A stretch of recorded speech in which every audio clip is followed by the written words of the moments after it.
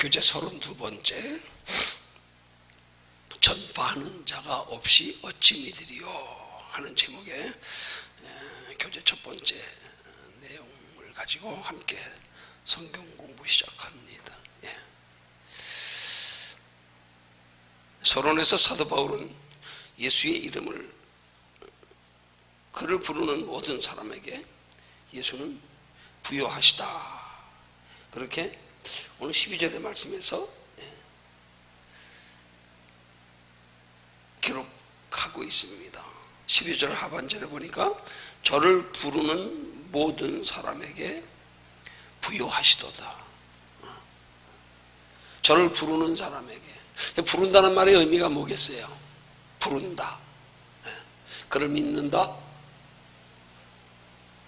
의지한다, 소망한다, 도움을 요청한다. 이런 모든 의미가 부른다는 말씀 속에 포함되어 있는 거예요.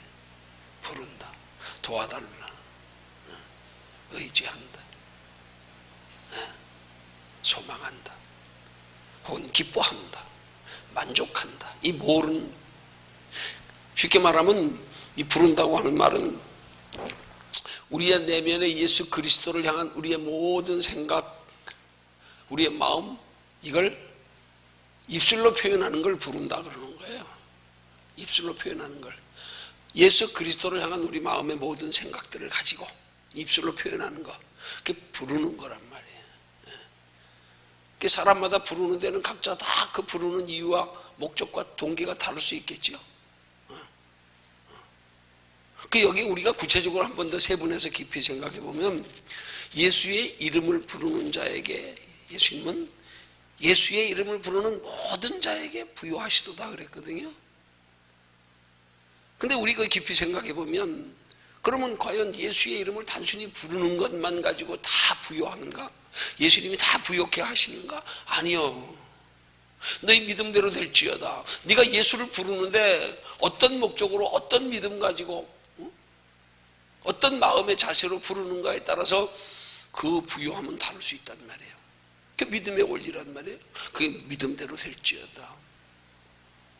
그냥 형식적으로만 부르는 것과 그 마음에 간절하여 부르는 것과 정말 소중히 여겨 사랑하여 부르는 것과 어린아이가 부모 의지하듯 그렇게 의지하여 부르는 것과 다 다를 수 있단 말이에요. 동일하게 부르지만 하나님은 부르는 걸 보시는 게 아니라 부르는 목적, 동기, 부르는 그 마음의 자세를 보실 거 아니냐 이 말이에요.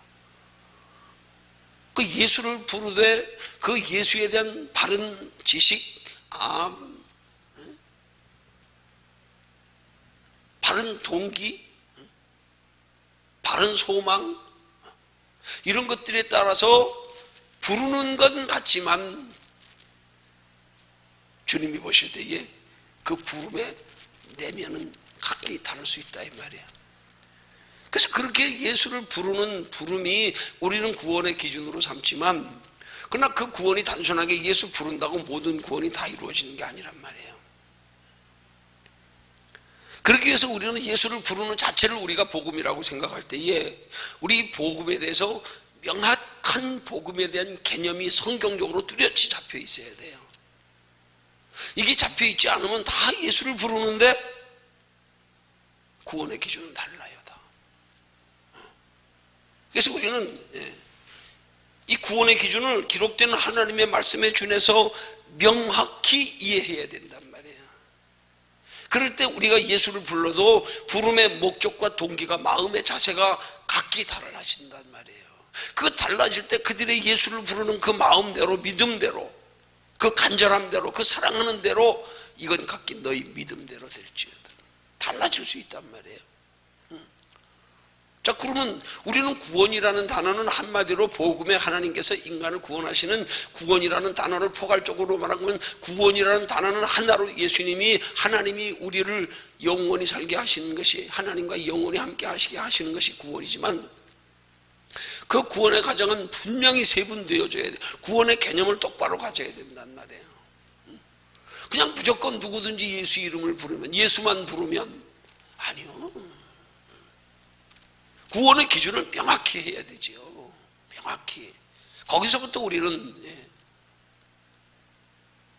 이 완벽한 구원을 이뤄 예수님을 부르는 자는 모든 자를 부요케 하신다. 여러분, 부요케 하신다고 하는 게 예수 그리스도를 통한 부요함은 완전한 구원이란 말이에요. 완전한 구원, 완벽한 구원, 부족함 없는 구원. 그걸 성경은 이같이 하면 너희가 넉넉한 구원에 이르리라. 그렇게 베드로 사도를 통하여 말씀하는 거란 말이에요. 넉넉한 구원도 넉넉한 구원이 있다는 거예요. 구원도 불 가운데서 얻는 것 같은 부끄러운 구원이 있다는 거예요. 그러니까 우리 구원의 개념에서부터 명확해야 된단 말이에요. 그러면 하나님의 구원은 무엇을 통해서입니까? 예수 그리스도를 통해서요. 근데 예수 그리스도라고 하는 이름의 의미는 저희를 죄에서 구원할 자라는 의미의 뜻이에요. 마태복음에 그렇게 나오잖아요. 아들을 낳으리니 이름을 예수라 하라. 이는 저희 죄에서 구원할 자. 예수 그리스도라는 말이 저희 죄에서 구원할 자, 그런 뜻이란 말이에요. 근데 그 뒤에 가서 이름을, 또 예수님의 이름을, 또 예수 그리스도의, 우리가 보편적으로 부르는 독생자 예수 하나님의 아들을 또 하나의 명칭으로 부르죠. 뭐라고요? 임마누엘이라 하리라. 임마누엘이라 하리라. 자, 마태복음에 먼저 우리 읽고 넘어갑니다.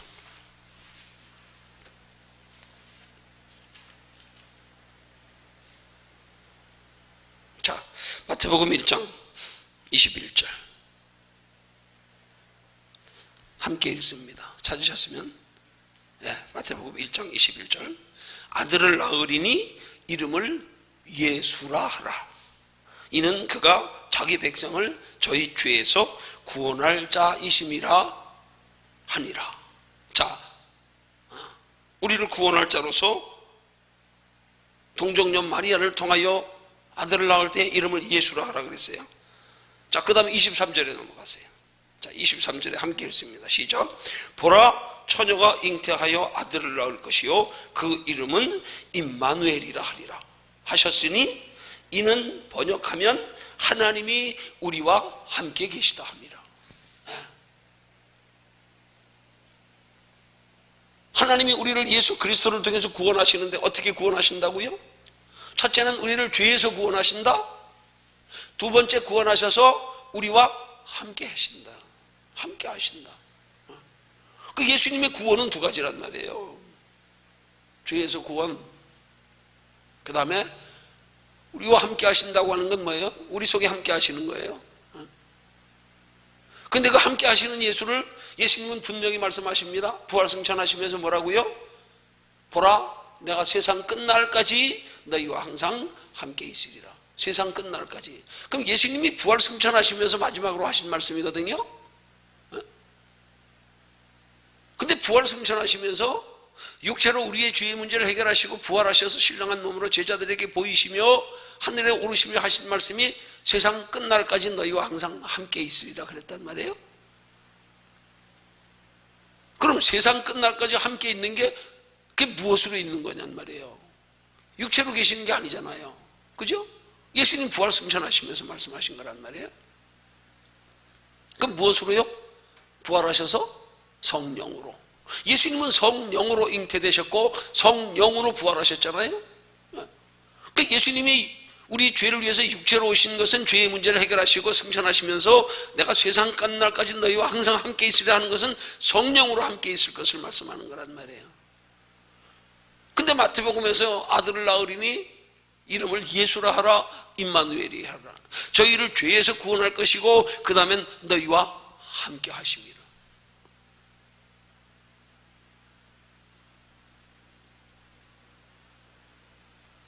그리스도이신 예수, 그리스도이신 임마누엘. 예수님의 사역을 두 가지로 뚜렷이 구분하고 있잖아요. 먼저는 죄에서 구원하고, 죄에서 구원한 우리와 세상 끝날까지 함께 계시는 것. 그 세상 끝날까지 우리와 함께 계시는 게 뭡니까? 그게 하나님의 형상 회복이란 말이에요. 아담과 하와 때 잃어버렸던 하나님의 형상, 그 코에 생기를 불어넣어 창조했던 인간 하나님의 형상으로. 그래서 예수님은 요한복음에 보면 부활하셔서 마가에다가 그들이 벽에 숨어있는 그들에게 오셔서 숨을 내쉬며 가라사대 성령을 받으라 그랬어요. 성령이 부활하신 예수란 말이에요. 하나님의 형상이란 말이에요. 그러니까 우리 구원은 단순하게 그냥 포괄적인 구원, 그냥 예수 믿어 천국 가는 거 그렇게만 생각하면 안 돼요. 우리 구원의 기준을 명확하게 세분해야 된단 말이에요. 성경적으로요. 그러니까 우리의 죄에서 구원하시는 것은 예수 그리스도의 육체로 오신 예수 그리스도의 십자가로 죽으심으로 하나님의 형상을 회복하는 것으로의 구원은 부활하셔서 우리 속에 성령으로 함께 하시는 것으로 하나님의 형상 회복하는 것으로. 근데 성경은 세 번째 구원을 또 말씀하고 있잖아요. 그게 뭐예요? 하나님 나라의 영원한 상. 그래서 히브리서 기자를 통하여 히브리서 11장 6절에 믿음이 없이는 기쁘시게 못하나니 하나님께 나아가는 자는 반드시 그가 계신 것과 자기를 찾는 자들에게 상 주시는 이심을 믿어야 할지니라. 상 주시는 이심을 믿어야 할지니라. 상 주시는 이. 그 예수는 그 상을 가리켜 우리에게 너희 보물을 하늘에 쌓아두라. 그렇게 말씀하는 거 아닙니까? 우리가 이 세 가지 구원이 명쾌하게 성경적으로 종합되어져서 구원의 개념이 딱 틀이 잡혀야 된단 말이에요. 근데 이게 안 잡혀 있으니까 이제 문제가 되는 거예요, 이게. 이게 안 잡혀 있으니까. 여기서 어떤 사람은 예수만 믿으면 다 된다. 어떤 사람은 행함이 있어야 된다. 어떤 사람은 성령 받아야 된다. 이게 뭐 어디 그냥 평범한 그리스도인들이 하는 말입니까? 말씀을 연구하는 학자들이, 종교 지도자들이 그들 간에 그렇게 지금 논쟁이지 않습니까? 아직도 해결되지 않은 논쟁, 결론 나지 않은 논쟁. 누구는 오직 예수 십자가, 오직 믿음. 그렇지요. 믿음은 오직 믿음인데 중요한 것은 그 오직 믿음의 기준이 뭐냐 이 말이에요. 믿음 안에 들어가서 오직 믿음 안에 세분하면 어떤 믿음이 들어가냐 이 말이죠. 어떤 믿음이. 예수 그리스도의 십자가를 믿으면 죄 사함을 받는다는 믿음. 더하여 부활하신 예수를 믿을 때에 그 부활하신 예수께서 우리 안에 오심을 통하여서 우리와 함께 하셔서 하나님의 형상을 회복시키신다는 믿음. 더하여 성경의 여러 곳에서 말씀하고 있는 바 구원받은 우리에게 하나님의 나라의 영원한 상이 예비되어 있다는 사실을 믿는 믿음. 이 세 가지 믿음을 통틀어 가지고 오직 믿음 그래야 되는데 우리는 오직 믿음 하면은 이 오직 믿음을 십자가만 달랑 빼놓고 오직 믿음 그러는 경향이 많단 말이에요, 사람들이. 다른 건 빼놓고. 마치 그것은 삼위일체 하나님을 그냥 단순하게 그냥 하나님 부르는 것만 가지고 WCC가 그거 주장하는 거 아닙니까? 하나님 안에서 우리 하나다. 그러니까 우리 다 구원이 있다. 하나님 한 분으로 구원. 성경의 구원의 기준은 어디 하나님만 말씀합니까? 성경의 구원의 기준은 성부 하나님, 성자 예수님, 성령 하나님. 이 세 가지를 다 말하지 않고 하나님만 덜렁 빼내. 우리 다 하나님 안에서 하나다. 이게 WCC가 주장하는 종교 통합 아닙니까? 오직 믿음이 뭐냐 이 말이죠. 오직 믿음이. 오직 믿음 맞아요. 근데 문제는 오직 믿음 속에 들어가 있는 믿음이 뭐냐 이 말이죠. 죄사함에 대한 믿음, 하나님의 형상 회복에 대한 믿음, 영원한 하나님의 나라에 대한 상에 대한 믿음. 이 세 가지를 같이 묶어서 하나로 해서 성경이 말하는 걸 종합해서 이 세 가지를 가지고 오직 믿음 그래야 되지. 오직 믿음 그래야 되지. 근데 오직 믿음 하면 그냥 예수 그리스도 십자가만 보편적으로 그렇게들 개념을 가지고 있단 말이에요. 그게 구원관에서부터 명확하지 않은 거예요, 그리스도인들이 많은 경우에. 이게 심각한 문제라 이 말이에요. 이게 심각한 문제란 말이에요. 자주 말씀드리는 것처럼 우리 구원에 관한 교리를 다루는 게 로마서기 때문에 이건 100번 1000번이라도 다시 언급하고 또 언급하고 또 확인하고요. 그래서 우리는 우리의 구원의 주가 되시는 구원의 주 할 때 그 구원의 주는 주라는 단어 속에 하나님, 예수님, 성령님 다 들어가야 되는 거예요. 당연히요. 그러면 우리가 우리를 하나님을, 예수님을, 성령님을 구원의 주로 고백할 때 우리의 고백은 그 존재와 함께 그 사역까지도 다 함께 고백이 돼야 된단 말이에요. 하나님은 천지를 창조하신 하나님. 천지 속에 우리의 하나님의 형상으로 모든 생명체를 창조하시고 우리 인간을 하나님의 형상으로 창조하신 하나님. 하나님의 존재와 이름이 확실해야 된단 말이에요. 사역이. 예수님도 마찬가지. 동정녀 마리아에게 나셔서 본디오 빌라도에게 고난받으시고 십자가에 못 박혀 돌아가시고 사흘 만에 부활하시고 승천하셔서 산자와 죽은 자를 나중에 때가 되면 심판하러 오실 것까지 정확히. 근데 성령에 가서는 성령의 사역은 언급도 하나도 없이 그냥 성령은 믿사오며 하고 그냥 넘어가 버려요. 왜 성령의 사역은 언급하지 않냐? 왜 성령의 사역은 고백하지 않냐 이 말이야. 왜 성령의 사역에는 관심이 없냐 이 말이야. 예수님이 누구보다도 성령의 사역을 강조하셨는데 내가 가는 게 너희에게 유익이라. 그 성령을 예수님이 친히 말씀하시기를 내가 가면 너희에게 다른 보혜사를 보내리니. 예수님이 보혜사예요. 보혜사라는 헬라어의 파라클레토스 하는 단어가 우리의 구원을 곁에서 도와주는 분이라는 단어의 뜻이에요. 헬라어로 파라클레토스. 근데 예수님이 자신이 우리의 구원을 돕기 위해서 죄 있는 육체로 오셔서 십자가로 우리 죄를 해결해 주시고 그 다음에 우리에게 또 우리의 구원을 도와줄 자라서 다른 보혜사로 성령을 보내겠다는 거 아닙니까? 예수님이 구원의 기준으로 육체로 오신 예수님만을 말씀하시지 않고 너희의 구원을 곁에서 도와줄 또 다른 보혜사를 너희에게 보낸다. 성령을 소개하지 않습니까? 그는 진리의 영이라고 소개하지 않습니까? 진리를 알지니 진리가 너희를 자유케 하리라고 주님이 친히 말씀하시지 않습니까? 더하여 진리의 성령이 너희를 모든 진리 가운데로 인도하시리라 말씀하지 않습니까? 그러면서 심지어는 그 성령을 예수님은 얼마나 소중히 여기시면 말로 인자를 거역하면 사하심을 얻으려니와 성령을 거역하거나 부인하는 자는 이 생과 내 생에도 사함이 없다. 내가 가는 게 유익이라. 내가 가야 보혜사 성령이 온다. 근데 이 성령에 대해서는 이 우리의 구원이라고 하는 이 포괄적인 단어의 의미 속에 들어있는 세분하여 구원의 주가 되시는 하나님, 예수님, 성령님, 이걸 명확하게 통합하여 딱 존재와 사역을 고백하지 않은, 이걸 아무렇지도 않게 우리 지금 사도신경 하고 있다 이 말이에요. 그러니까 우리도 하고 있어요. 저도 하고 있어요. 왜 합니까? 여러분 해도요, 진짜 믿음으로 하는 거하고 우리가 하나님의 구원 사역에 방해받지 않기 위해서 하는 거하고 차원이 달라요. 그거 고백한다고 그것만 믿는 게 아니에요. 거기 지금 성령님의 사역이 빠졌어요. 존재 사역이 빠졌어. 성령님이 왜 이 땅에 오셔서 누구신지, 무슨 사역을 하시는지, 어떤 역할을 하시는지 빠지고 고백해요. 근데 그거 고백하면요 이단이라 그래요. 고백 안 하면 신앙 아니라 그래요. 그래서 할 수 없이 그냥 고백하는 거예요. 부분적이지만 그거 고백 안 하면 그 하나님의 복음 사역에 지장을 받아. 사도 바울이 그렇게 초대교회 당시에 그렇게 복음에 지장을 받은 이유가 뭐예요? 예수님 따라다니지 않았다고. 예수님 부활 목격하지 않았다고. 예수님 십자가에 못 박혀 돌아가시는 걸 당연히 여겼다고. 그 사도 아니라 그랬잖아요. 그래서 바울이 복음 전하면서 얼마나 고난을 받았습니까?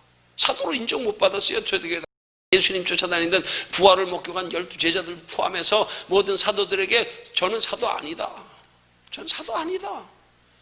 그러니까 그 사도 아니라는 그 한마디 때문에 많은 초대 그리스도인들이 사도 바울을 사도로 인정하지 않았잖아요. 그러니까 따르지 않았잖아요. 그러니까 복음사역에 협조하지 않았잖아요. 그래서 사도 바울이 스스로 고난을 자청하고 자기 스스로 천막을 지어 팔아가면서 복음 전하지 않았어요? 복음에 지장받지 않기 위해서 그냥 우리는 그들과 함께 사도신경을 고백할 뿐이에요. 완벽한 거 아니에요. 그거 성령의 존재까지도 고백할 수 있어야 완전하는 거란 말이에요. 그게 우리 복음의 핵심인 구원에, 그 구원의 기준이 명확하게 세분되어져 종합하여 딱 구원이 무엇인가, 이 구원의 완성이 무엇인가, 넉넉한 구원에까지 이르는 것은 무엇을 말하는가, 부끄러운 구원은 무엇을, 불 가운데서 얻는 것 같은 구원은 무슨 구원을 말하는가, 이게 명확하게 구분이 돼야 된단 말입니다. 그래서 믿어도 제대로 믿어야지요. 그냥 예수만 믿어도 믿음이에요. 그러나 그 믿음에는 단순한 믿음 하나로 예수 그리스도로 단정지어져서 단 예수만 믿음으로 하면 안 된단 말이에요. 예수님이 십자가를 믿으면 부활하심도 믿어야죠. 성경이 하나님 나라에 영원한 상이 있다고 말씀하면 영원한 상도 믿어야죠. 근데 우리 믿음 하면서 그 믿음 안에서 포괄적인 것들은 다 구분해서 따로따로 시인하고 부인하고 논쟁하고 이러고 있으니까 이게 믿음은 하나님의 존재와 사역을 믿고 시인하고 예수 그리스도의 존재와 사역을 믿고 시인하고 부활하셔서 성령으로 오시는 삼위일체 하나님 되시는 성령님의 존재와 사역도 인정해야 되는데 그거 인정 안 하면서 믿음, 구원에 들어가서도 구원은 곧 죄 가운데서 얻는 구원, 하나님의 형상을 회복하는 구원, 하나님의 나라의 영원한 상 받는 구원, 이것도 그냥 구원 한마디로 이렇게 되니까 여기 지금 제목이 뭐예요? 전파하는 자가 없이 어찌 믿으리요.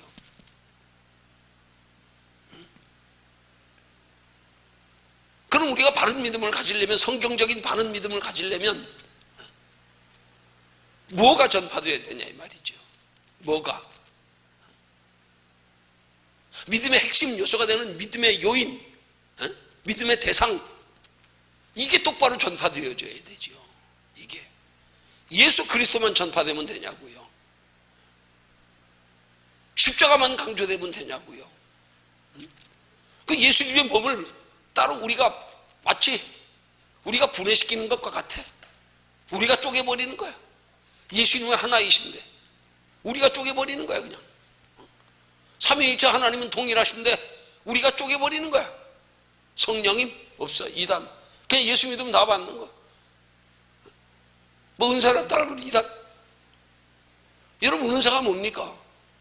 여러분 성경적으로 은사에 대해서 한번 생각해 보세요.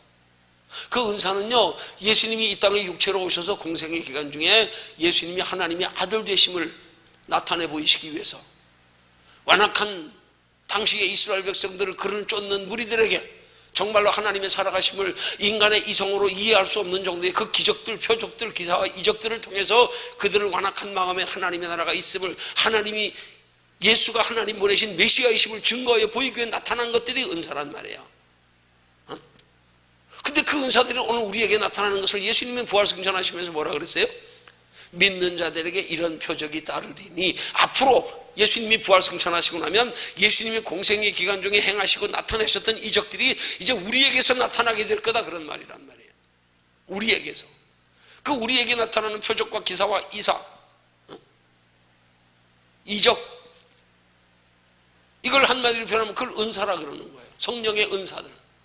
우리에게서 방언이 나오고, 귀신을 쫓아내는 능력이 나타나고, 병든 자가 치료되는 역사가 나타나고, 이거 다 은사 아닙니까? 방언의 은사, 심리의 은사, 귀신 쫓아내는 능력의 은사, 전부 은사들. 앞으로 너희에게 이런 표적이 나타날 거다.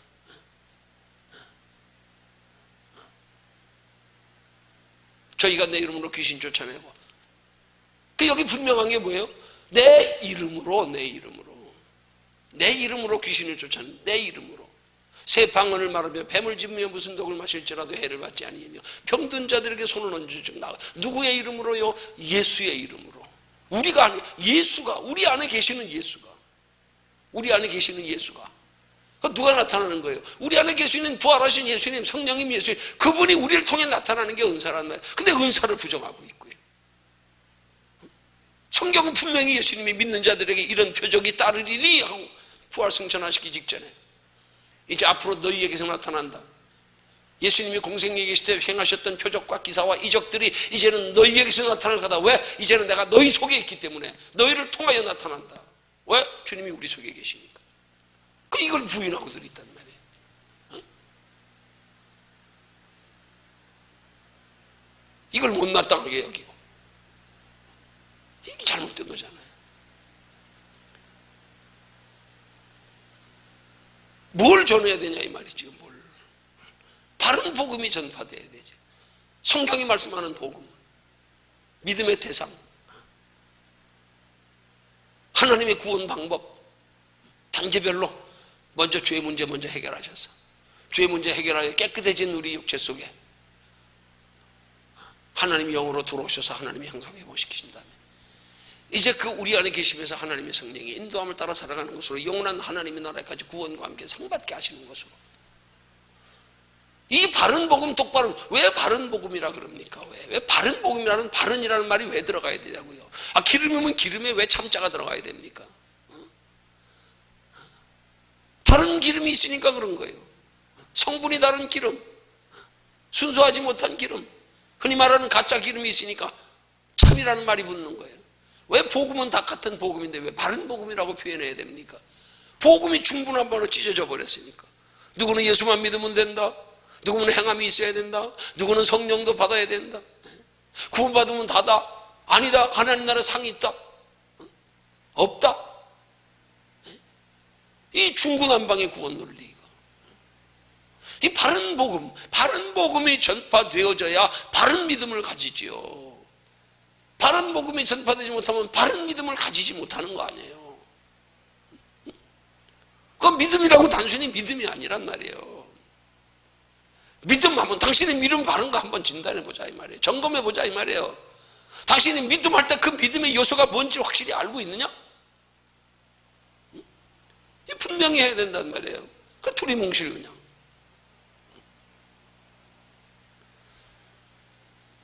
그 바울은 예수의 이름을 부르는 모든 사람에게 부여하시다 그랬어요.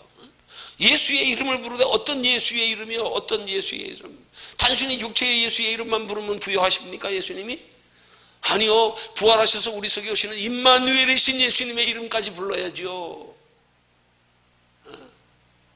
더하여 이름을 부르는 것은 곧 그를 사랑하며 의지하며 그에게 소망 두는 것, 따르는 것까지도 거기에 포함되는 게 부르는 건데, 부르는 건 달로 말로 표현하면 요청하는 것과 같고 함께 있어달라는 말과도 같고 나 좀 도와달라는 말과도 같고,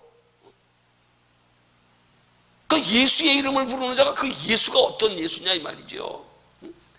죄 문제 해결해 주시는 예수, 우리 속에 부활하셔서 하나님의 형상을 회복시켜 주시는 성령 예수, 우리를 진리 가운데 인도해 가시는 예수, 성령 예수, 이런 예수를 부르는 자에게 진짜 주님은 부요하시다 이 말이에요. 이게 부요하면 완벽함 아니겠어요? 다 이루어져야지. 예수를 불러서 죄도 해결되고 하나님의 형상도 회복되고 하나님 나라까지 영원한 상이 있고, 이렇게 부요해져야 되지요. 이렇게 부요해야 되죠. 그러기 위해서 오늘 중요한 그 기도의 제목, 아니 이 말씀의 제목, 전파하는 자가 없이 어찌 무엇을 전파해야 되냐 이 말이지요. 이게 뚜렷해야 된단 말이에요. 이게. 그건 바울은 지금 무엇을 전파하는 사람이에요? 이 로마서를 성령의 감동으로 기록한 저자인 바울은, 이 말을 하고 있는 바울은 지금 무엇을 전파하는 사람이냐고요. 그는 십자가의 예수를 전파하는 자가 아닌 십자가의 예수로 말미암아 구원받은 무리들에게, 혹은 십자가로 말미암아 구원 얻게 되는 그 교리보다도 더 핵심적인 부활하셔서 우리 속에 거하시는, 그가 다메섹 동에서 통해서 빛으로 만난 성령 예수, 그걸 전파하는 게 바울이란 말이에요. 그 바울이 성령의 감동으로 전파하는 자가 없으면 어찌 믿으리요 하는 말은 단순히 그냥 예수 그리스도의 십자가만 전파할 것이 아니라 부활하셔서 우리 속에 성령으로 계시는 하나님의 형상을 회복시키는 그 하나님의 성령으로 우리를 진리 가운데로 인도해 가심을 따라가는 것으로 하나님 나라 상이 있는 것까지, 이걸 전파해서 바른 믿음을 가지게 해야 되는 거죠. 이게 바른 믿음이 되게 해야 되는 거죠.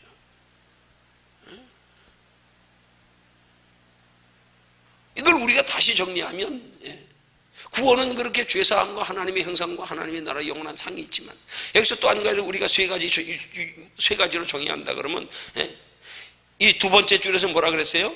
예수 그리스도를 통해 우리가 누리는 복은, 예수 그리스도를 통해서 우리가 누리는 복이요. 복. 이 복이 어떤 복입니까? 단순하게 어떤 복입니까? 이 복에 대해서도 구분이 뚜렷해야 되죠. 예수 그리스도를 믿어서 우리가 누리는 복이 단순히 육신의 복만입니까? 아니잖아요. 하나님 나라의 영원한 복도 있는데, 그걸 성경은 칭찬과 상급과 면류관이라 그러는데, 그걸 위해서 너희 보물을 하늘에 쌓아두라 그러는데 예수님이 친히. 그런데 우리는 복하면 예수 믿어서 누리는 육신의 복에만 관심을 가지게끔, 이래서 그리스도인들이 세속적인 신앙이 되고 기복적인 신앙이 되게끔, 하나님 나라의 복에 대해서는 관심 가지게 그렇게 강조하지 않고, 하나님 나라의 영원한 복이 더 소중하고 더 귀한 건데, 말 그대로 영원한 건데 그 복을 가르치지 않고 강조하지 않고, 그 복에 대한 가치인식을 심어주지 않고,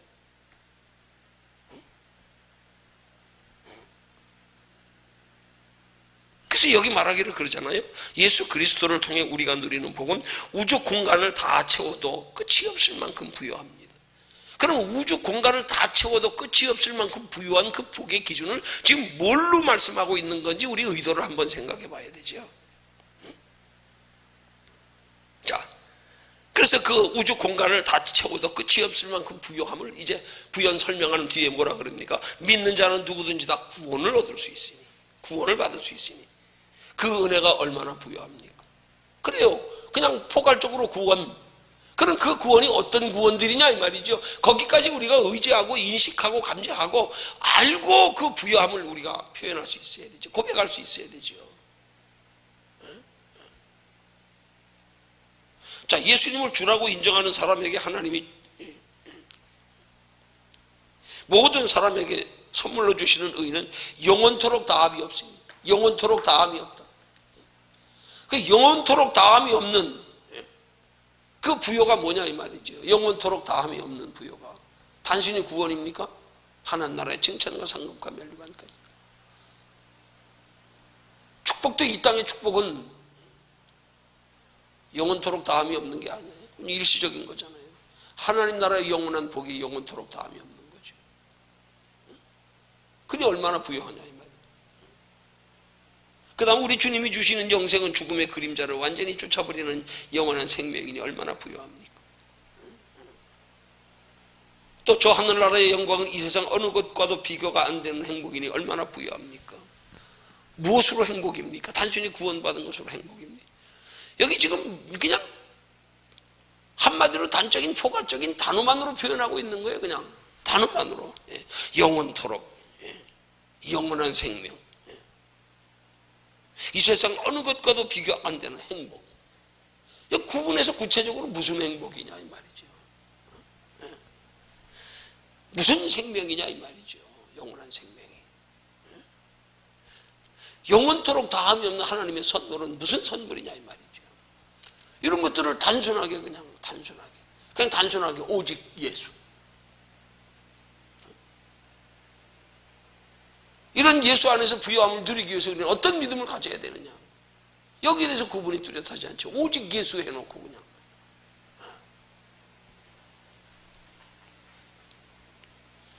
밑에 세 번째 줄에 뭐라 그럽니까? 그러나 우리 주변에서는 이 부유함을 알지 못해 방황하는 자들이 너무 많다. 어째 그들을 방관하고만 있겠는가? 그들을 방관하면 안 되는 중요한 이유가 무엇인지 이 시간 배우도록 하자. 자, 여기 그러면 우리 주변에서 이 부유함을 알지 못해 방황하는 자들이 너무나 많다고 하는 말부터 우리가 이 부유함을 알지 못하는 건 뭘 알지 못하는 거예요? 하나님의 부유함의 구체적인 내용들. 이걸 알지 못하는 사람들이 너무 많아. 그러면 거기는 예수 믿는 사람들도 포함된단 말이에요. 지금 여기서는 이게 지금 과연 믿지 않는 사람들에게만 대상으로 포함되어 표현하는 말이냐, 믿는 사람들까지 대상으로 표현해야 하는 말이냐, 명확한 구분이 없어요.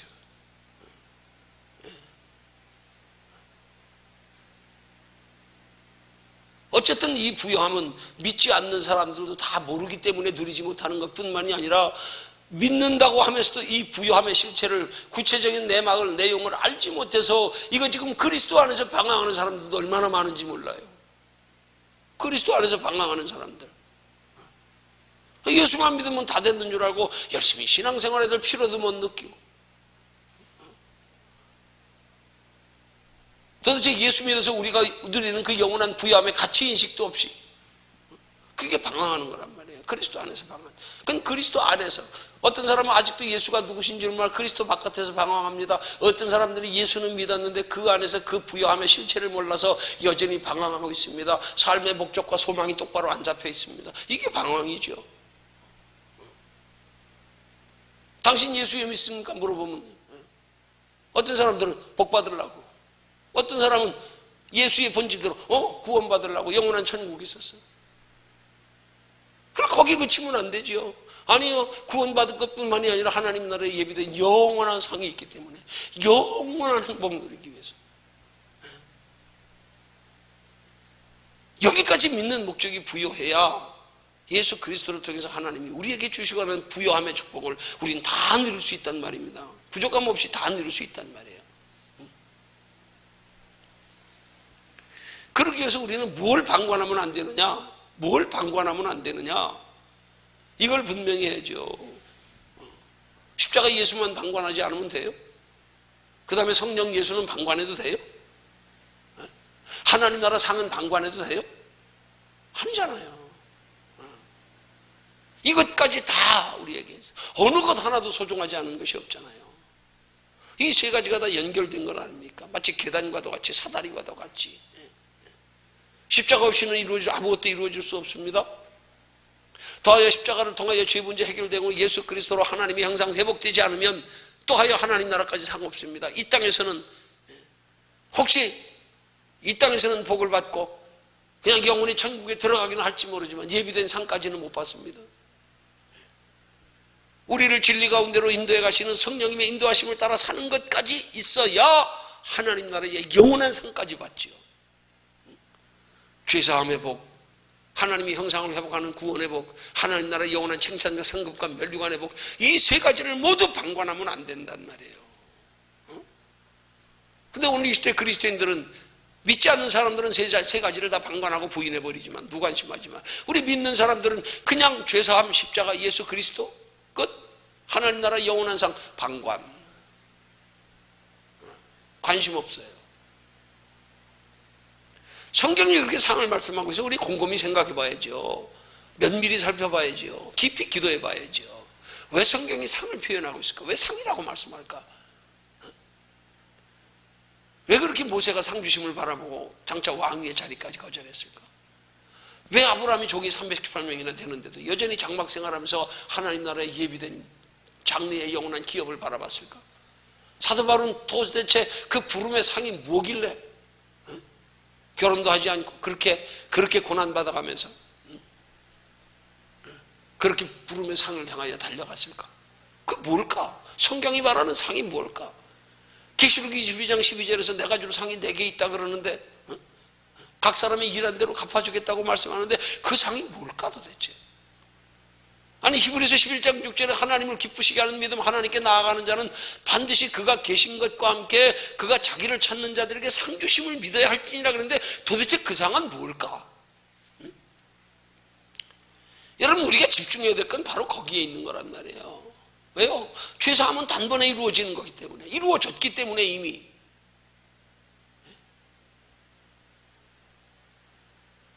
더하여 부활하신 예수로 우리 성령을 하나님의 형상 회복했기 때문에, 이루어졌기 때문에 진짜 우리의 관심과 초점은 이제 하나님 나라의 상에 초점이 있어야 된단 말이에요. 뭐 이루어진 것 더 이상 못 이루어졌는데, 예수님 구원에 단번에 이루어졌는데, 십자가에 못 박혀 돌아가시고 우리를 위해 죄 문제 해결해 주시고 부활하셔서 성령으로 우리 안에 오셔서 이미 하나님의 형상 회복되어졌는데, 그건 이미 다 우리 믿어 단번에 이루어진 거 아니냐. 그럼 우리가 관심을 가져야 될 게, 우리가 앞으로 이루어가야 될 게 뭐냐 이 말이지요. 우리가 이루어가야 될 것, 죄사함과 하나님의 형상을 회복시켜 주시는 것은 전적으로 예수 그리스도를 통하여 하나님이 하셨습니다. 자녀의 생명을 낳아준 건 부모예요. 그러지만 그 인생을 살아가는 건 이젠 네가 힘쓰는 만큼, 네가 노력하는 만큼이야. 우리 죄사함 우리 힘으로 이룰 수 없고 구원 우리 힘으로 이룰 수 없는데 예수 그리스도를 통하여 하나님이 이루어 주셨어요. 근데 하나님 나라의 영원한 상은 이제부터 너희가 거기를 준비하며 살아가는 만큼이야. 우린 여기에 초점을 맞춰야 된단 말입니다. 우리의 의지와 상관없이 예수 그리스도가 다 이루어진 것 가지고 날마다 거기에만 초점을 맞추고 그것만 시인하고 그것만 믿고 장차 우리가 이루어가야 될 건 관심도 없이 살아가는 삶이라면 이게 뭐냔 말이에요. 이게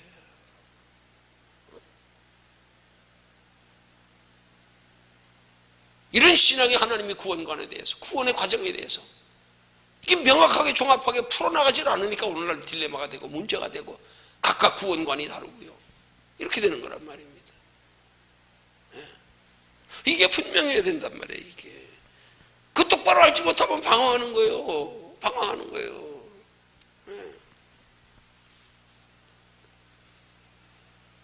여기 마지막 줄에 그들을 방관하면 안 되는 중요한 이유가, 그들을 방관하면 안 되는 그 대상이 뭐예요? 그 부요함을 알지 못하는 자들.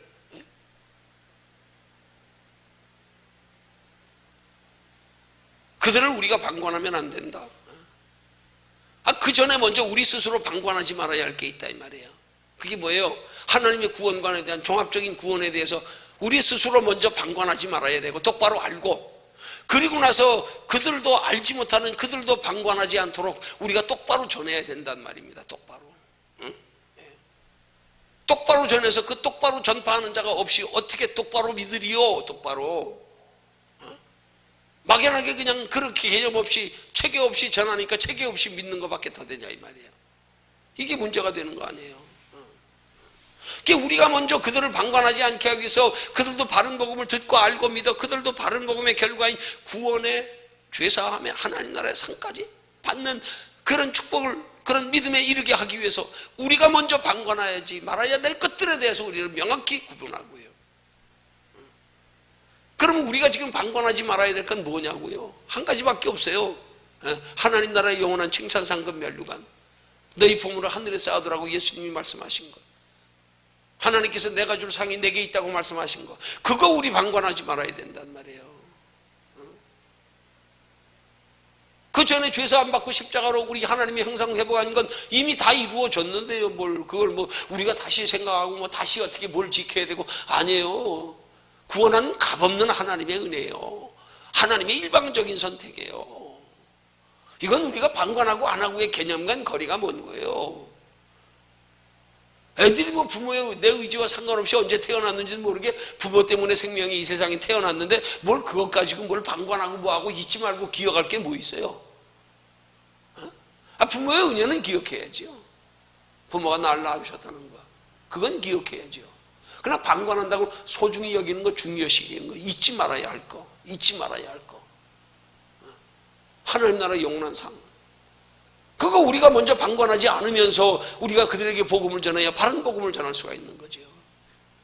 바른 복음을 전해서 그들도 그냥 단순하게 십자가로 예수 믿으면 다 되고 그냥 하나님 나라의 영원한 상 있는 것까지 그들이 바로 알도록, 그렇게 해서 우리가 먼저 바로 알아야 된다.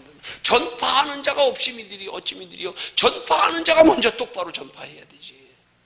복음의 내용을 똑바로 바르게 성경적으로 종합해서 최종적으로 삼위일체 하나님을 우리가 고백하듯 우리에게 기업이든 하나님의 축복도 그대로 죄사함, 하나님의 형상회복, 하나님 나라의 영원한 상, 이게 뚜렷해야 되죠. 이게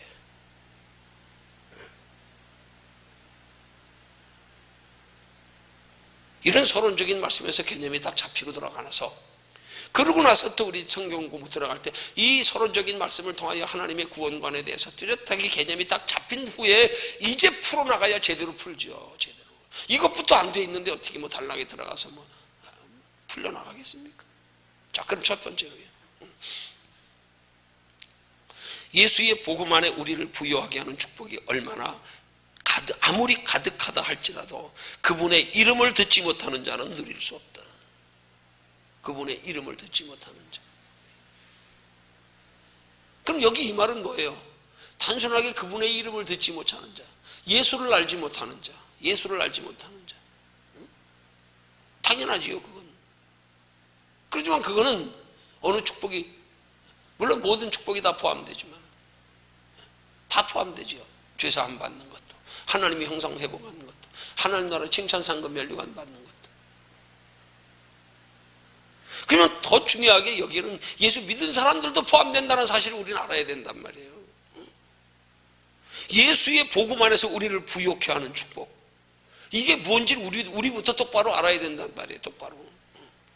그 축복이 아무리 가득할지 않더라도 그렇게 되면 우리 믿는 사람들에게 이걸 대입시키면 그분의 이름을 듣지 못하는 자는 누릴 수 없다가 아니에요.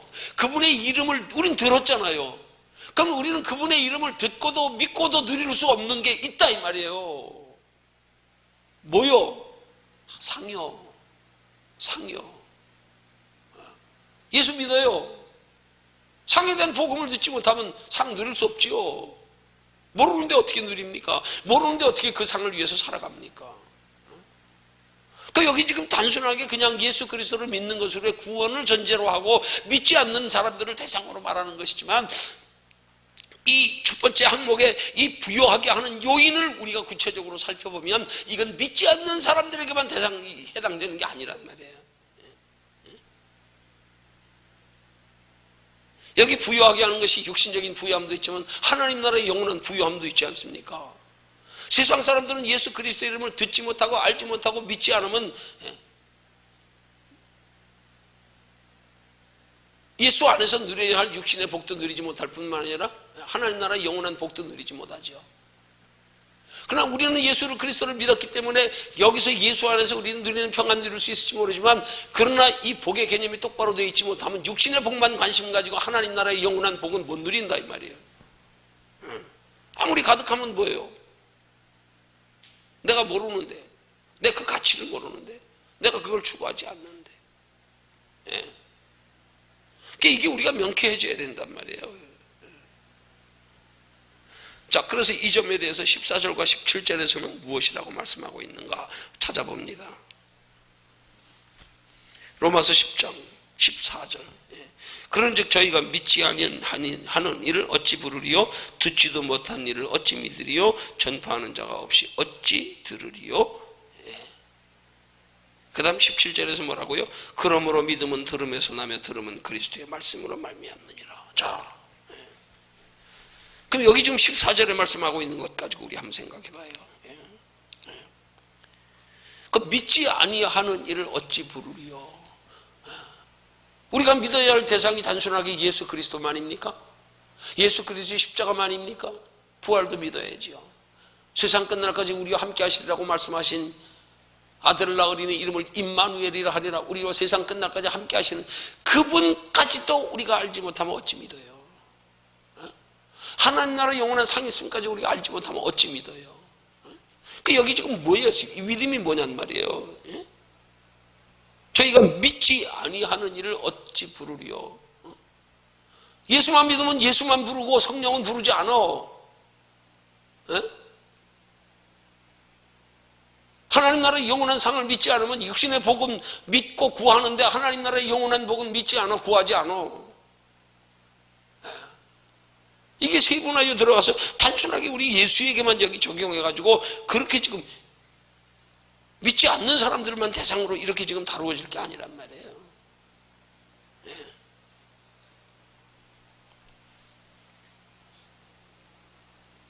그러니까 우리는 바른 복음에 대해서 똑바로 알고 똑바로 믿게 해줘야 된단 말이에요. 똑바로 믿고 똑바로 믿음의 대상을 불러야지요. 똑바로. 육체로 오신 예수 그리스도, 성령으로 우리 안에 부활하셔서 오시는 예수, 성령 예수 임마누엘이신 예수, 다시 우리에게 영원한 하나님에 대한 상을 예비해 두신 그 상에 대하여 믿어야 찾고 부르고 의지할 거 아니에요. 구할 거 아니에요.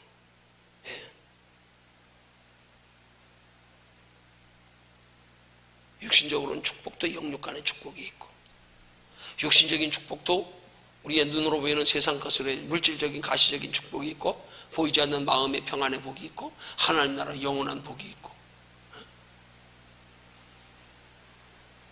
영적인 요소에도 구원이 있고 상이 있고, 이게 잘 구분이 되고 이걸 포괄적으로 가지고 이 모든 것들을 다 우리가 얻기 위해서는 누구를 불러야 되냐 똑바로 알아야죠. 하나님 나라의 영원한 상을 얻기 위해서는 누구를 불러야 돼요? 우리를 영원한 상으로 진리 가운데 인도해 가시는 그 성령님을 의지하고 부르고 찾아야지요. 그러면 우리 연약하여 죄지어서 하나님의 뜻대로 살지 못하는 것, 죄사함 받기 위해서 우리는 그때마다 연약하여 자범죄를 지을 때마다 십자가에 못 박혀 돌아가신 예수의 보혈의 공로를 의지해서 예수의 이름으로 회개하고요, 자복하고요. 더하여 주님이 우리에게 주시고자 하는 복이 단순하게 육신의 복만이 아니기에 우리가 구해야 할 건 우리의 마음의 평안의 복이 그것보다 더없이 소중한 건데, 평안의 복도 구해야 되는데 우리 마음의 평안의 복은 세상을 초월하여 누리는 마음의 평안의 복은 구하지 않고 날마다 눈에 보는 육신의 것만 구하고 있어요. 그럼 어찌 누립니까? 하나님 나라의 영원한 상을 하나님 예비해 두셨는데 구하지도 않는데 어떻게 얻습니까? 얻으려고 노력도 관심도 없는데 어떻게 누립니까?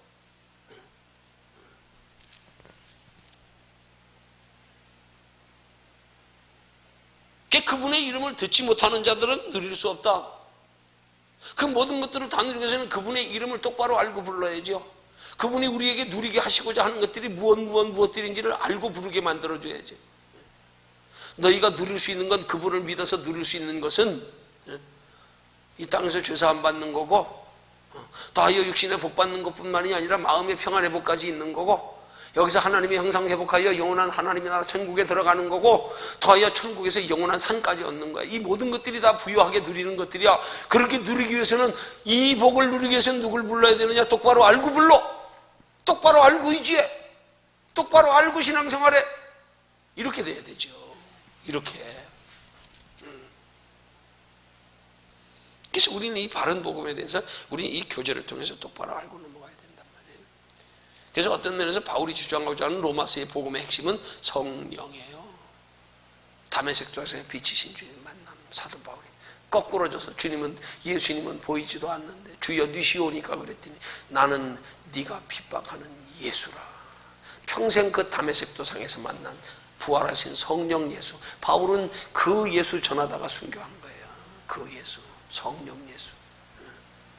그 예수가 들어오시면, 전에 예수님이 십자가에 못 박혀 돌아가심을 목도하지 아니하고 부인했고 마땅히 여겼던 것조차도 뒤집어져 다 믿어지게 하시는 이가 성령이라 이 말이에요. 그분이 성령 자신인데.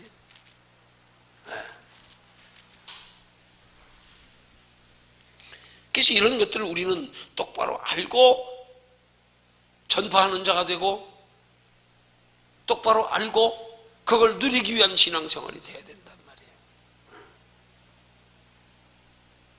자, 그 다음 두 번째로요. 자, 이스라엘 백성들은 못 들어서 믿지 못했다는 변명을 할 수 없었다. 왜 그럴까? 여기 16절과 18절까지를 말씀을 통해서 우리에게 제시합니다. 자, 로마서 10장 16절부터 봅니다. 함께 읽습니다. 시작. 그러나 저희가 다 복음을 순종치 아니하였도다. 이사야가 가로되 주여 우리의 전파하는 바를 누가 믿었나이까 하였으니 그러므로 믿음은 들음에서 나며 들음은 그리스도의 말씀으로 말미암았느니라. 그러나 내가 말하노니 저희가 듣지 아니하였느냐? 그렇지 아니하다. 그 소리가 온 땅에 퍼졌고 그 말씀이 땅 끝까지 이르렀도다 하였느니라. 이스라엘 백성들이 못 들어서 못 믿었습니까? 못 봐서 못 믿었습니까? 아니잖아요. 예수님이 이 땅에 저들 시대에 왔잖아요. 그러죠? 복음 들었잖아요. 못 들어서요? 못 봐서요? 아니요. 못 들어서 못 믿었다는 변명은 할 수 없었다 이 말이에요. 오늘 우리 시대 마찬가지예요. 못 들었습니까? 아니요. 듣고 있어요. 듣고 있어요. 예수 믿는 사람 치고 성령 모르는 사람 있어요? 듣고 있어요. 듣고 있어요. 성경을 통해서도 보고 있어요. 하나님 나라 영원한 상에 대해서 우리가 무관심하게 스쳐 지나가서 그렇지요. 상을 얼마나 많이 말씀하고 있는데요. 우리가 못 들어서요? 못 봐서요? 아니요. 내가 관심이 없어서 그래요. 내가 마음을 닫고 있어서 그래요. 내 편견된 신앙 때문에 그런 거예요. 잘못 형성된 신앙 때문에. 마치 신학생들이 자기가 그 신학교 교리가 얼마나 구원에 합당한 교리인지 지들이 신중히 알고 결정하여 선택해서 신학교 들어가는 게 아니라 들어가다 보니까 그 교단의 신학교에 들어가게 됐고, 그래서 그 교단에서 신학 공부를 마치고 나니까 자기 나름대로 그 교단의 주체인 어떤 신학의 교리적인 부분에 대하여 자기 고정관념 딱 박혀가지고 배운 것 가지고 자기하고 안 맞으면 이단이라고 그러고 틀린다 그러고 구원 없다 그러고요. 다른 교단 무시하고요. 이런 거하고 똑같은 거예요. 잘못 배워서 그래. 잘못 배워서. 자기가 처음부터 신학교 알고 들어갔어? 그런 교리적으로 다 판단해보고 여기가 맞는구나. 그래서 그 신학교 그 교단에 들어갔어요? 배운 걸 잘못 배운 것뿐이지. 그 배운 거에 꽂혀 있는 것뿐이지. 하나를 아니까 하나만 주장하는 거예요. 그럼 하나 아는 사람하고 둘 아는 사람하고 어느 사람이 더 정확히 아는 거예요? 지는 하나밖에 몰라. 경험을 못했어. 근데 둘 아는 사람 보고 잘못됐대. 아니대. 부정하고 앉았어. 아니지. 자기가 모르는 거지. 똑같은 거예요. 유대인들도. 자기들은 율법으로는 구원 없는 줄 알고 있었잖아요. 근데 예수가 왔잖아요. 그 자기들의 고정관념 가지고 내친 거예요. 그냥 무관심해버린 거예요. 배척한 거예요. 못 들어서 못 믿은 거 아니에요. 몰라서 못 믿은 거 아니에요. 그들의 역사 속에 그 나라의 그 땅의 그 민족으로 혈통으로 왔는데요. 뭘 모릅니까? 누구보다 잘 알지요?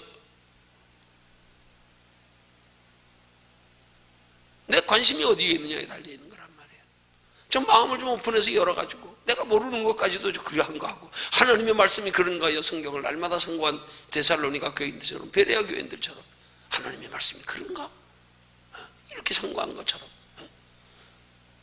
내가 미처 알지 못하고 깨닫지 못하고 듣지 못한 말씀이라도 들어보면서 마음 열어서, 근데 고정관념에 딱 있어놓으면 자기가 가지고 있는 신앙의 고정관념에서 벗어나는 건 무조건 안 받아들이니까. 왜? 아니야. 그 말은 뭐예요? 나 그렇게 안 배웠어. 그렇게 안 배워서 그래요. 안 배워서 그런 거죠. 정확히 말해야지, 정확히. 근데 그걸 마치 자기 것이냐? 아니야, 이거 틀렸어, 잘못됐어. 그 흔히 하는 말로 우리 속담에 서울 가본 사람하고 안 가본 사람하고 다투면 안 가본 사람이 이긴다고. 빡빡 우기니까 그냥 가보지도 않고 모르는 거 가지고 빡빡 우기니까. 우기는 사람한테는 할 말 없어요. 그건 얘기도 안 돼. 우리도 마찬가지라니까요. 지금 얼마나 많은 사람들이 귀를 닫고 마음을 닫고 있는지 몰라요. 그래 안 먹히더라. 성령이 마음을 안 여니까 역사하실 수가 없는 거예요. 여러분, 우리의 신앙생활에서 그래서 하나님은 계시록을 통하여 우리 마음만 두드린다는 거예요. 마음 여는 게 대단히 중요합니다. 마음 닫히면 안 들어와요. 말씀이 안 들어와. 성령님이 들어와서 깨닫게 하실 수가 없어. 말씀이 레마의 음성으로 들릴 수가 없어. 열어야 되는데 자기가 한계를 딱 끊고 그 이상의 건 안 받아들이네. 무조건 자기가 배운 것까지만이야. 자기가 이해하는 것까지만이야. 자기가 체험한 것까지만이야. 그 다음엔 안 받아들여. 거긴 성령님도 어쩌실 수 없다니까요. 그래서 우리 신학교에서 우스갯소리로 하는 말이에요. 신학생들이 시험 칠 때 하는 말이요, 성령님도 시험 앞에서는 두려워 떤대야. 자기가 죄안된 사고를 딱 가지고 안 받아들이니까. 그런 사람들에게 답답해서 주님이 계시록에 하시는 말씀은, 보라, 내가 문 밖에 서서 두드린다. 좀 문 좀 열어라. 좀 깊이 좀 생각 좀 해봐라. 좀 긍정적으로 좀 한번 받아들여. 정말 하나님의 말씀이 그런가? 좀 그렇게 좀 살피고 생각하고 해봐야 되는데 자기 고정관념에 딱 사로잡혀가지고. 그런 면에서 우리 신앙생활은 마치 장님들이 코끼리 걷는 거하고 똑같은 격이란 말이에요. 자기가 경험한 거 이상은 안 받아들이려고 그러니까, 자기가 듣고 배우고 아는 것 이상은 안 받아들이려고 그러니까 서로 우기는 거예요. 서로 자기가 옳대. 마치 사사시대의 이스라엘 백성들은 각자 하나님 섬기지 않고 각자 자기 소견에 옳은 대로 행하였더라. 그래서 자기 소견에 옳은 대로. 우린 기준이 내가 되면 안 된단 말이에요. 하나님이 돼야 되지. 그래서 항상 하나님에서 바라보고 생각하는 습관이 중요한 거란 말이에요. 여기서부터 신앙은 출발하는 거예요. 이게 하나님 편에서 맞을까? 이게 하나님 뜻일까? 어떻게 믿는 게 하나님 바로 믿는 걸까요? 좀 하나님 편에서. 이게 우리의 마음을 여는 건데, 다 우리 고정관념으로만 딱 박혀 있어가지고요, 낯선 용어는 이단이라고 그러고 뭐 이러고 앉았고, 자기 체험 없는 체험, 엉뚱한 없는 소리 한다 그러고. 이거 참 답답한 거예요. 너무 답답해.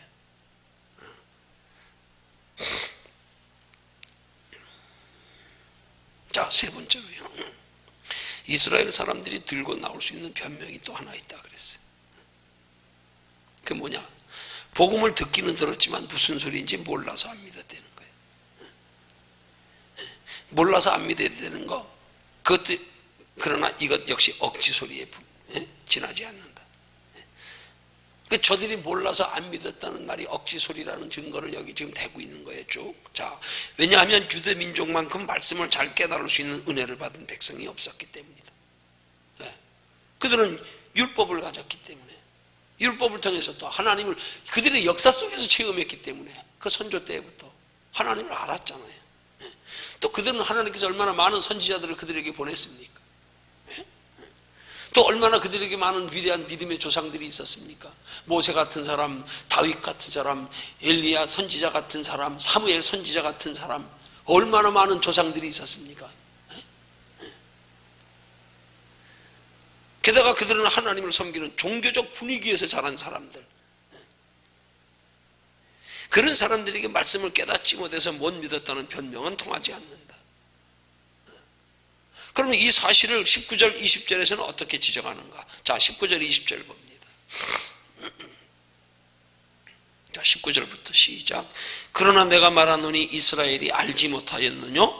먼저 모세가 이르되 내가 백성 아닌 자로서 너희를 시기 나게 하며 미련한 백성으로서 너희를 노엽게 하리라 하였고, 또한 이사야가 매우 담대하여 이르되 내가 구하지 아니하는 자들에게 찾은 바 되고 내게 문의하지 않은 자들에게 나타났느니라 하였고, 그들이 묻지도 않았는데 찾지도 않았는데 주님 나타내 보이셨다 이 말이에요. 그래도 너들 의지와 상관없이 주님이 그렇게 나타내 보였는데도 너들이 못 들었다 몰랐다 말할 수 있냐 이 말이에요. 너들 속에 예수가 왔는데, 너들 민족 속에, 너들 역사 속에 그거 어떻게 몰랐다고 말할 수 있냐 이 말이에요. 그럼 뭐예요? 그들이 모르는 거예요? 아니요, 한마디로 마음 닫은 거예요. 마음 닫은 거, 고정관념, 마음 닫은 거. 자기들이 마음 닫아놓고 몰랐다는 거예요. 못 들었다는 거예요. 못 깨달았지, 마음 닫으니까.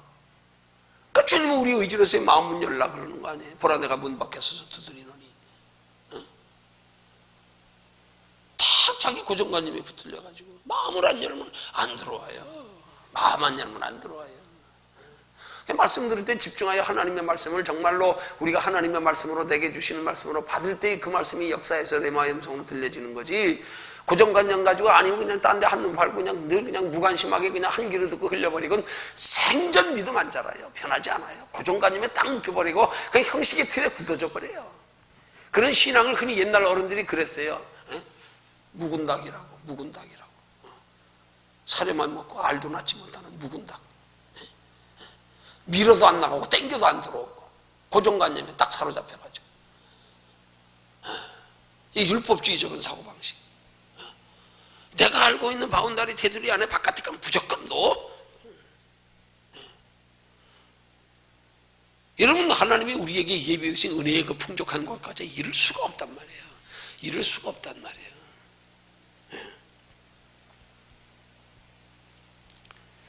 우리 신앙생활하면서 우리의 고정관념의 틀을 깨뜨려 버려야 돼요.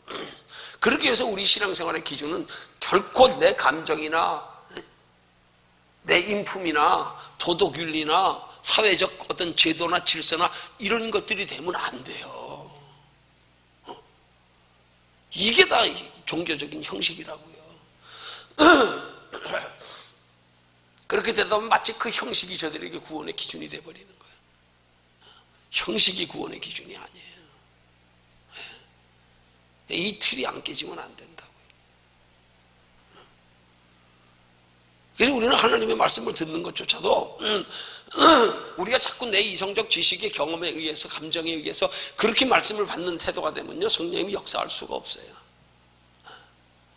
내려놓고 오픈해서 그런가 하고 깊이 생각해보고 그러면서 받아야 그 말씀을 통해 성령님이 역사하여 깨달음이 생기고 믿음이 생기고 변화가 생기고 그렇게 되는 거라 이 말이에요.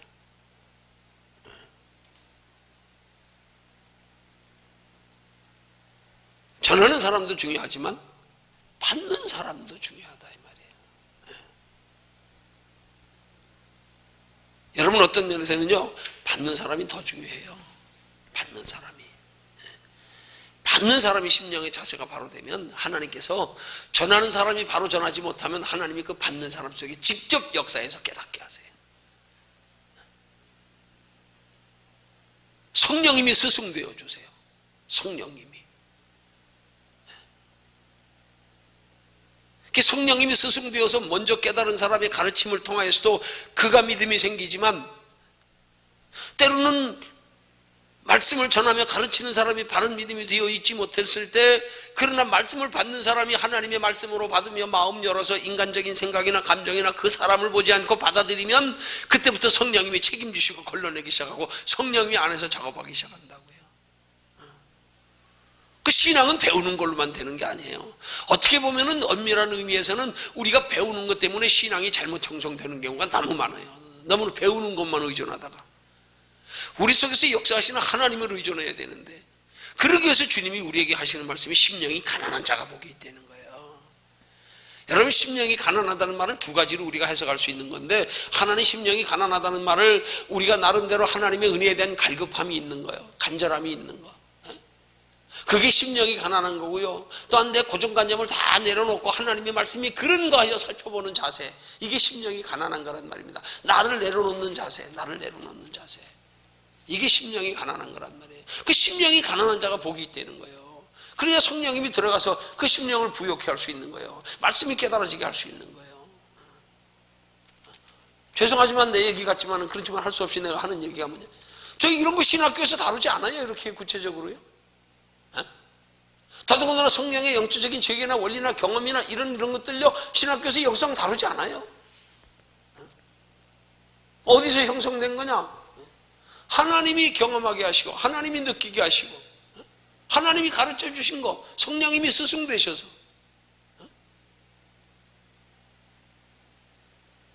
제가 성경 공부를 들어야 전하는 깨달은 함께 나누는 말씀들이 내가 이론적으로 다 배워서 여기다 다 집어넣어가지고 있는 거 아니에요. 다 준비하고 이 원고처럼 여기다 다 집어넣고 나서 지금 말하는 거 아니에요. 전혀 그런 준비 없이 하나님의 성령의 인도하심을 따라서 경험한 바에 의해서, 어떤 데는 전혀 생각지도 못한 말씀에서 그 말씀에 대한 정립이 탁탁탁 되고요. 말 그대로 성령님이 내 안에 백과사전이야. 성령님이 깨닫게 하시고 그때 성령님이 할 말을 생각나게 하시고 성령님이. 그 신앙은 내 안에 성령님이 스승이 되어야 되지, 사람이 스승이 되면 안 된단 말이에요. 우리 고정관념이 스승이 되면 안 된단 말이에요. 우리 지식이, 경험이 이게 스승이 되면 안 된단 말이에요. 그럴 때는 그거 이상의 걸 못 받아들여요. 성령님은 그 한계를 뛰어넘으시는데 우리 스스로가 그 한계를 뛰어넘지 못하니까 마치 꽁머리에다가 조그만 썬캡을 씌워놓은 것처럼,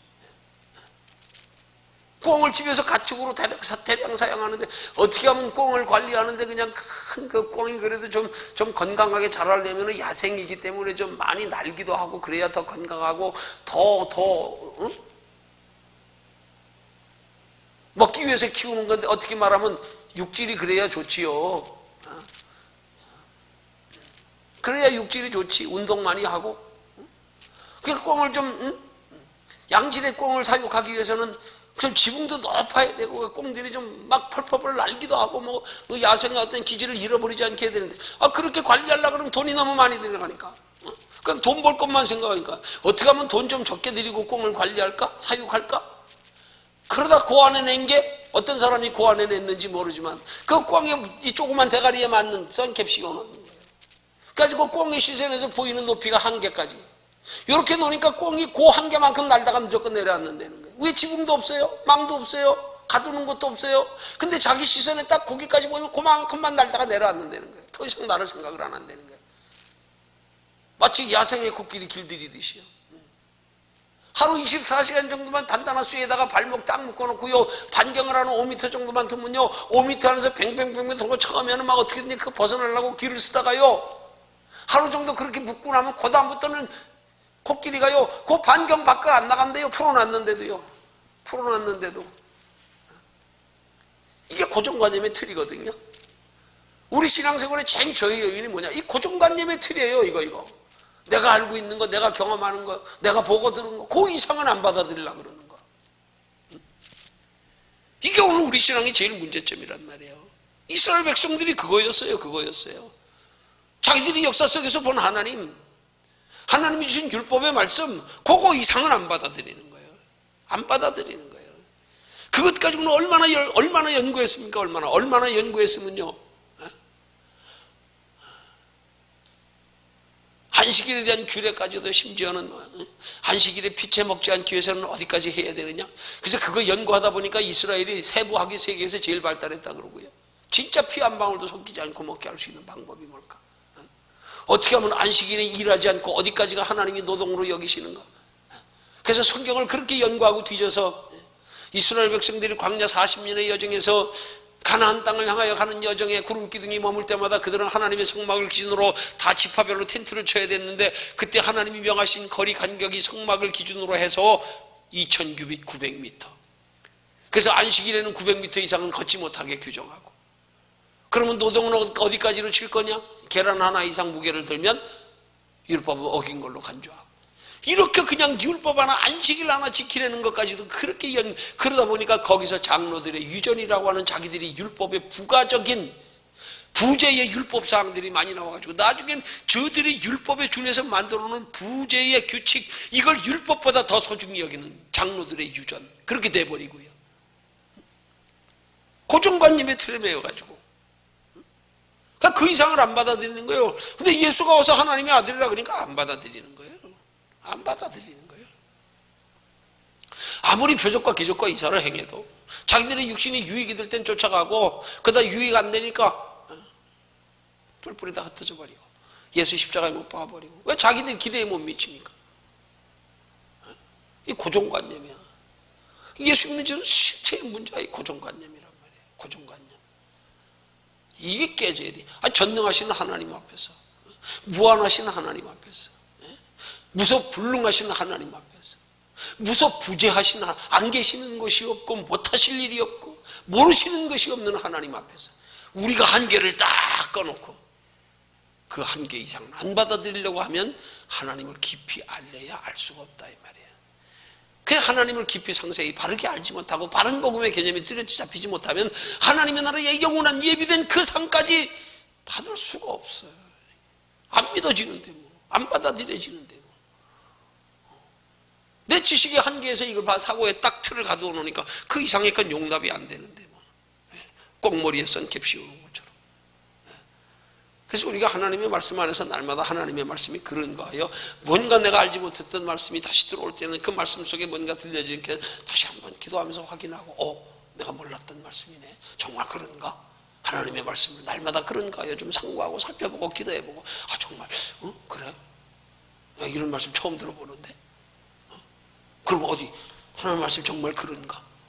좀 우리가 관심 가지고요 마음 오픈해가지고 바른 진리를 확인할 때까지. 남의 말만 듣고 뭐 가짜라 그러니까 다 가짜라 그래요. 가짜 속엔 진짜도 있어요. 다른 사람들이 시기해가지고 진짜인데 가짜래. 그럼 어떤 사람이 나는 가짜라 그러는데 진짜라 그러고 그래 사람들이 가짜라 그러던데 무조건 덮지 말고 그래 당신이 진짜라 그러니까 어디 한번 보자. 그래 내가 좀 진짜 남의 말 듣고 내가 분별할 게 아니다. 내가 좀 한번 확인해 봐야겠다. 그래요. 내가 한번 확인해 볼게요. 좀 이렇게 좀 뭔가 긍정적인 자세로 성경을 우리가 접해야 되는데 그러지 않고 자기 지식의 틀에 한계에 있으면 말씀 안에 깊이 못 들어간단 말이에요. 이게 깨져야 성령님이 그때부터 역사가 시작되는 거예요. 그래서 사도 바울은 피에 일컬어 나는 날마다 죽노라. 뭐가 죽습니까? 생각이 죽는 거. 하나님 앞에 자신의 생각을 내려놓는 거. 나도 나를 판단치 않을 정도로 남의 판단에도 귀 기울이지 않을 정도로 자신을 내려놓는 거. 그렇기 때문에 사도 바울이 그렇게 깊이 들어간 거 아니에요? 그 심지어는 베드로 사도전서도 베드로 후서에서인가 보면 유다서인가 보면 그런 말씀 나와요. 사도 바울이 기록한 말씀 중에 그 중에는 더러 알기 어려운 것들이 있다. 그걸 억지로 풀다가 스스로 멸망에 이른다. 억지로 풀다가 하나님의 그 진리의 깨달음이 주는 샛별이 떠오를 때까지 억지로 풀지 말아라. 하나님이 깨닫게 해주실 때까지 기도하며 기다렸어요. 풀어질 때 그걸 억지로 인위적으로 풀려고 자기 사고의 기준에서 풀리려고.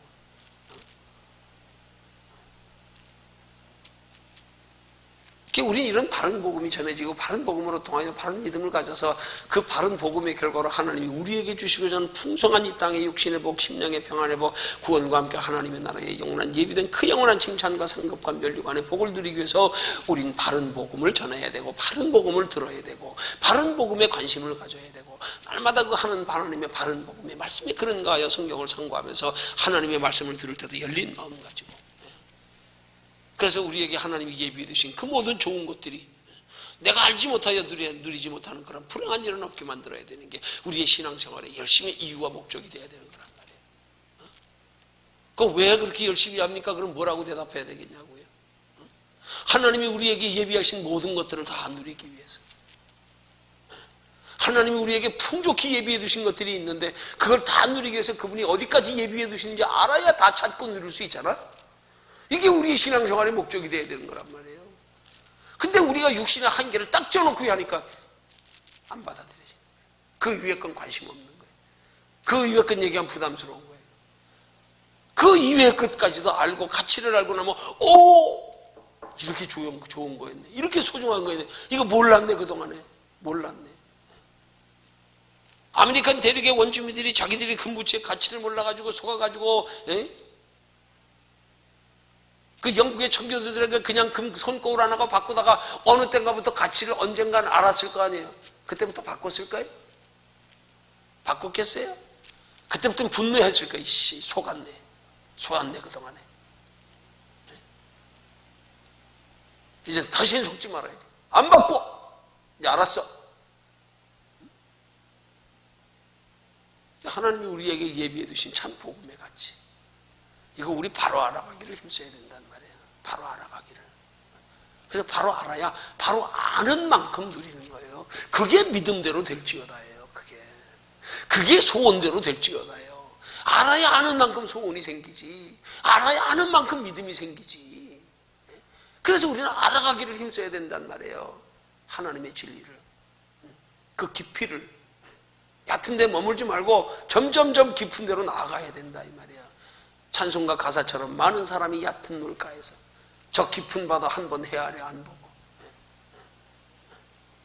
우리 창파에 배 띄어서 저 높은 곳 깊은 곳까지 한번 가보자. 하나님의 깊은 은혜까지 예비 두신 그 풍성한 복 어디까지 복인지 좀 그걸 알려고 하는 간절히 사모하는 마음. 그래서 바른 복음이 뭔지를 알고, 우린 전에도 바른 복음을 전하고, 우린 신앙생활에도 바른 복음에 준해서 바로 아는 만큼 누리는 거예요. 바로 아는 만큼. 우리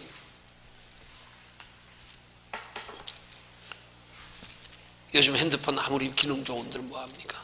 나이 많은 노인네들 기껏해야 문자나 하고, 기껏해야 뭐 사진이나 좀 찍을까, 통화나 하고,